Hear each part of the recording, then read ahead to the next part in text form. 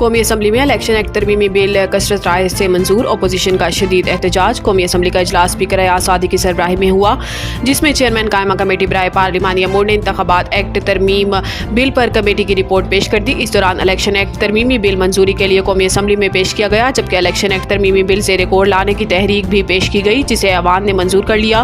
تحریک بلال اظہر کیانی نے پیش کی، جس کی اپوزیشن نے شدید مخالفت کی۔ اپوزیشن ارکان نے ایوان میں احتجاج اور نعرے بازی کی۔ اسپیکر ڈائس کا گھیراؤ کیا اور ایجنڈے کی کاپیاں پھاڑ دیں۔ اس دوران علی محمد خان نے ترمیمی بل پر ترمیم پیش کی، جس کی وزیر قانون نے مخالفت کر دی۔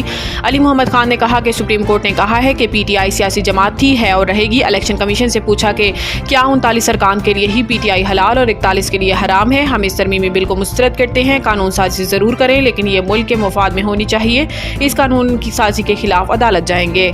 لاہور، انسداد دہشت گردی عدالت میں اسد عمر کی طبیعت خراب، ہاسپٹل منتقل۔ سابق وفاقی وزیر اسد عمر لاہور کی انسداد دہشت گردی عدالت میں پیش ہوئے تھے، جہاں ان کی طبیعت ناساز ہوئی۔ ذرائع کا کہنا ہے کہ اسد عمر کو سینے میں تکلیف ہوئی، جس پر انہیں فوری ہاسپٹل لے جایا گیا۔ اسد عمر کے وکیل نے بتایا کہ سابق وزیر عدالت میں ہی تھے کہ ان کے دل میں تکلیف ہوئی، جس پر انہیں گود میں اٹھا کر گاڑی میں ڈالا گیا۔ اسد عمر کو پنجاب انسٹیٹیوٹ آف کارڈیالوجی منتقل کیا گیا، جبکہ شاہ محمود قریشی کے صاحبزادے زین قریشی بھی ہاسپٹل پہنچ گئے۔ اسپتال انتظامیہ کا کہنا ہے کہ اسد عمر کی حالت اب خطرے سے باہر ہے۔ بغیر ناشتے بلڈ پریشر کی دوا لینے سے ان کی طبیعت خراب ہوئی۔ انہیں طبی امداد فراہم کر دی گئی ہے، جس پر ان کی حالت بہتر ہو گئی ہے۔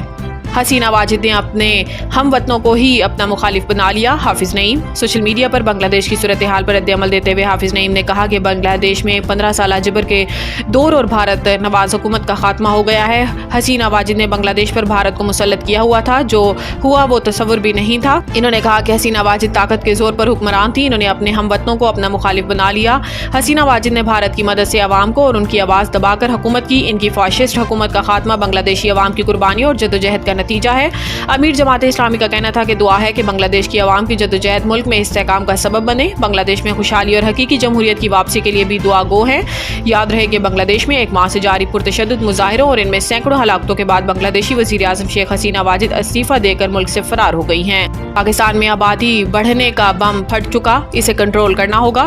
اسلام آباد میں تقریب سے خطاب کرتے ہوئے وزیر خزانہ نے کہا کہ اکتوبر میں سالانہ میٹنگ کے دوران آئی ایم ایف اور ورلڈ بینک میں کلائمیٹ فائنانسنگ پر بات ہوگی۔ آئی ایم ایف پروگرام کی منظوری کے بعد ایگزیکٹو بورڈ سے کلائمیٹ فائنانسنگ پر بھی بات کی جائے گی۔ رواں ماہ کے اختتام تک I M F executive board سے اسٹاف لیول معاہدے کی منظوری ہو جائے گی۔ محمد اورنگزیب نے کہا کہ پاکستان موسمیاتی تبدیلی سے متاثرہ ممالک کی فہرست میں شامل ہے۔ پاکستان کو موسمیاتی تبدیلیوں کے اثرات سے بچنے کے ساتھ آبادی کو کنٹرول کرنا ہوگا، کیونکہ پاکستان میں آبادی بہت زیادہ بڑھ چکی ہے۔ ملک میں آبادی بڑھنے کا بم پھٹ چکا ہے۔ انہوں نے مزید کہا کہ ملک کی معیشت کو بہتر بنانے کے لیے نجی شعبے کو اپنا کردار ادا کرنا ہوگا۔